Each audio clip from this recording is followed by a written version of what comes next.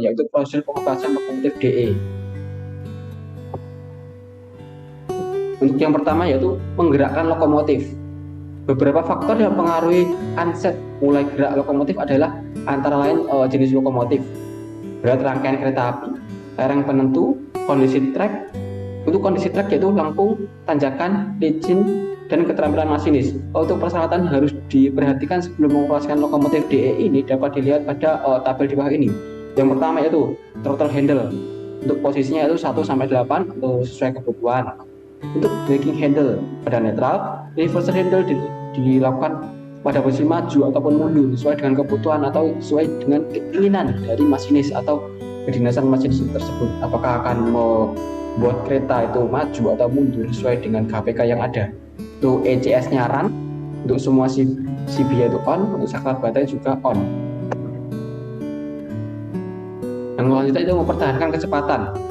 Untuk dapat mempertahankan kecepatan pada beberapa kondisi jalan, baik jalan datar, turunan maupun tanjakan, masinis harus dapat mengatur antara posisi gagang tenaga, throttle handle dengan pengereman harus sesuai dalam posisi sesuai yang dibutuhkan. Di samping itu juga harus memperhatikan speedometer maupun load meter, di mana kedua peralatan ini adalah sebagai pedoman pada saat menambah atau mengurangi tenaga dan melakukan pengereman. Jangan sampai penunjukan pada kedua peralatan tersebut melampaui dari batas yang distandarkan. Untuk menambah tenaga itu kita menggunakan throttle handle. Tapi ketika mengurangi tenaga kita menggunakan dynamic brake jika kecepatan dari lokomotif sendiri atau kereta itu lebih dari 40 km per jam, karena akan lebih efektif jika menggunakan dynamic brake. Tapi ketika kereta dengan kecepatan rendah maka menggunakan service brake. Dynamic brake ini dapat digunakan jika throttle itu ditempatkan pada idle atau nol. Nah, ini adalah cara mengurangi kecepatan. Untuk mengurangi kecepatan dapat dilakukan dengan dua cara, yaitu yang pertama, mengurangi tenaga lokomotif, menurunkan posisi throttle ke posisi yang lebih rendah tanpa dipengaruhi pengereman. Karena throttle ada jumlahnya ada 8, mungkin bisa dikurangi ke 4, 2, 1 ataupun ke idle atau 0.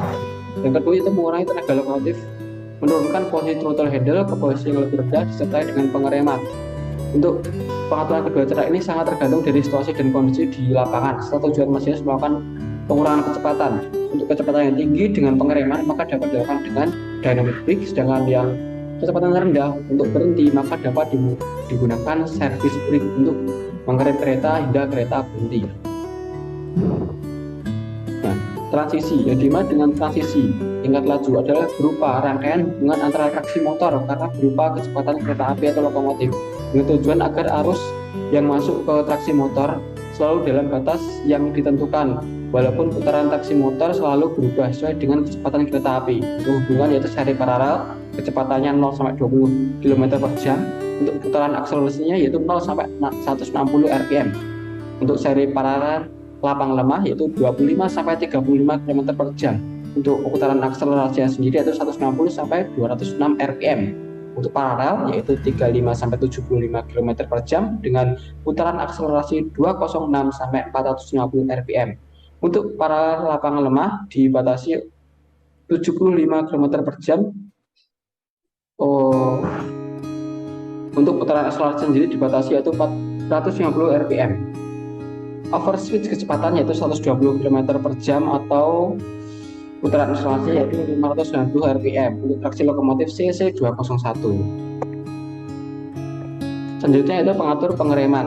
Satu, pengaturan rem dinamik. Sebelum menggunakan dynamic brake, terlebih dahulu harus memperhatikan persyaratan pada tabel. Untuk yang pertama yaitu pada posisi throttle yaitu harus netral. Dynamic brake B besar, B kecil. Untuk reverser handle maju atau mundur sesuai kebutuhan. Untuk ECS yaitu run, CB on, BMS on. Untuk saklar dynamic brake on, dan TM yaitu all in atau lengkap. Selanjutnya untuk pengaturan rem dynamic, throttle handle pada posisi netral akibat lokomotif tidak ada tenaga karena DF dan energi. Reverser handle pada posisi maju atau mundur akibat lokomotif dapat bergerak. Untuk saklar lokomotif dynamic brake atau DBO harus on, akibatnya harus siap pada sistem dynamic brake. Untuk circuit brake dynamic brake atau BKCB 1/2 harus on, akibatnya harus siap pada sistem dynamic brake. Untuk dynamic brake handle pada gerakan dari posisi B besar ke arah B kecil atau gerakan ke arah berlawanan arah jarum jam.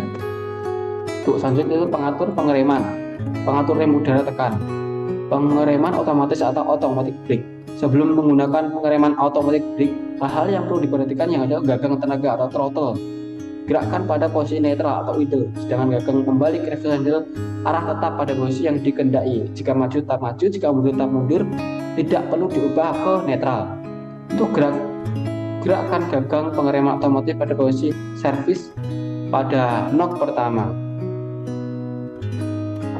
Selanjutnya yaitu pengereman independen atau pengereman lokomotif. Bila hendak mengerem lokomotif saja, rangkaian kereta api tidak ikut mengerem, maka yang digerakkan adalah gagang pengereman independen.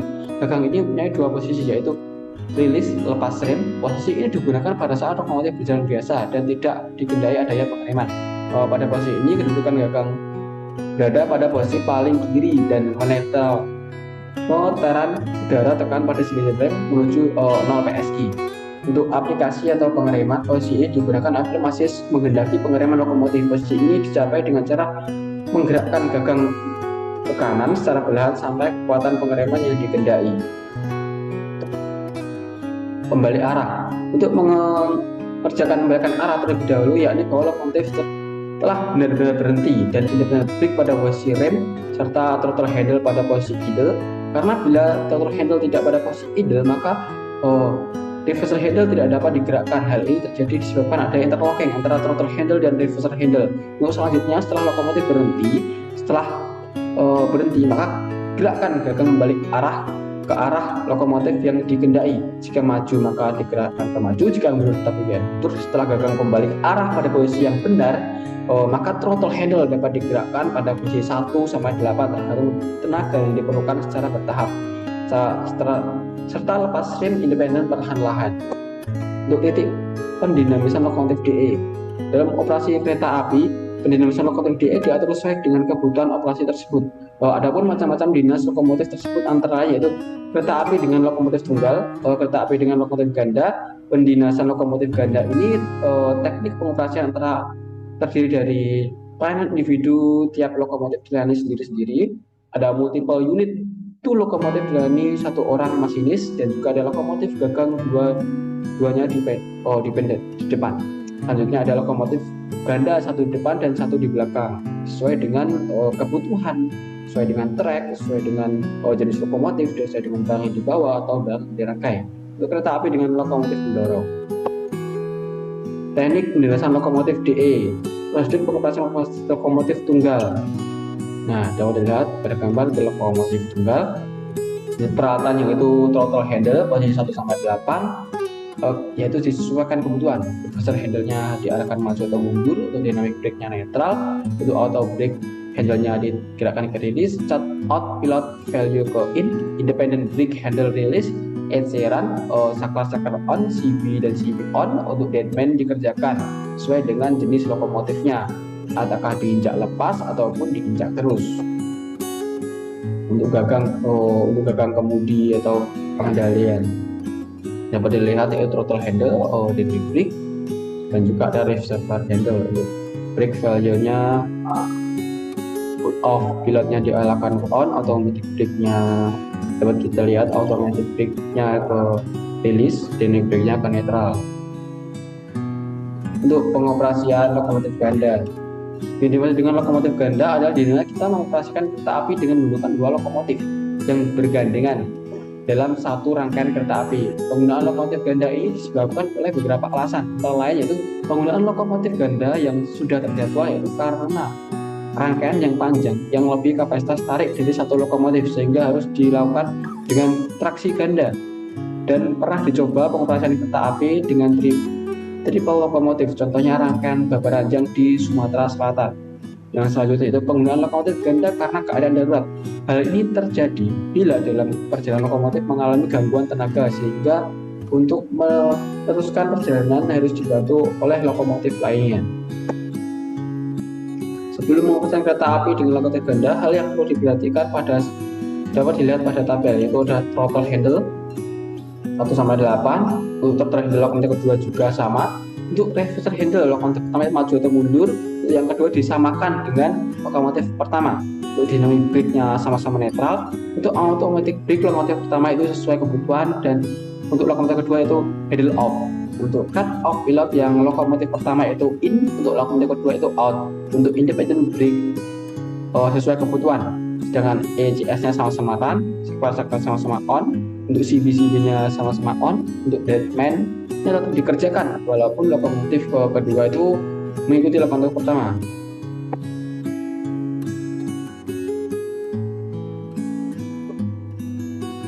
Oke, ini hampir sama dengan yang tadi. Persyaratan memasang lokomotif DE multiple unit. Pada lokomotif dingin harus dijaga oleh teknisi lokomotif guna menjaga dan memberitahu masinis bila ada kelainan pada lokomotifnya yang perlu mendapat penanganan sepenuhnya. Untuk ECS-nya pada lokomotif mati itu yaitu stop. Oke, ini mungkin agak sedikit berbeda dari yang tadi.